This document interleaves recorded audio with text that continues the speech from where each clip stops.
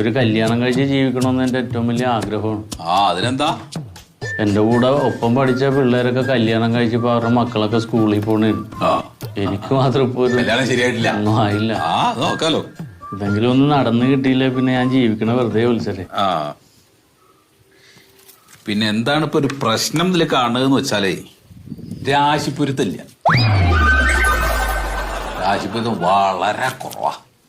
നമ്മൾ എങ്ങനെ കൂട്ടിയും കിഴിച്ചും ഒക്കെ നോക്കിയാലും 4.5 പൊരുത്തേ കാണാളൂ. ഇവിടെ നിന്ന് 3-4 അങ്ങോട്ട് വെച്ചാൽ അങ്ങനെയൊന്നും വെക്കാൻ പറ്റില്ലല്ലോ. അങ്ങനെ വെക്കുക നടക്കൂലേ? 4.5 പൊരുത്തം വെച്ചിട്ട് നമ്മളിത് അയ്യോ അങ്ങനെ പറയല്ലേ. അതാ നല്ലത്. ശരി പറഞ്ഞല്ലോ, ഒരു 8.5 പൊരുത്തം ഉണ്ട് എന്ന് പറയല്ലോ നേരത്തെ. എന്തോ അത് മഹേന്ദ്ര പൊരുത്തം. അത് 8.5 പൊരുത്തം ഇല്ലേ? അപ്പൊ ഇപ്പൊ 4.5 ആയില്ലേ? അപ്പൊ അതും ഈ 4.5 കൂടി ആകുമ്പോ 12.5 പൊരുത്തം ഇല്ലേ? അപ്പോൾ 2.5 പൊരുത്തം ബാക്കിയല്ലേ?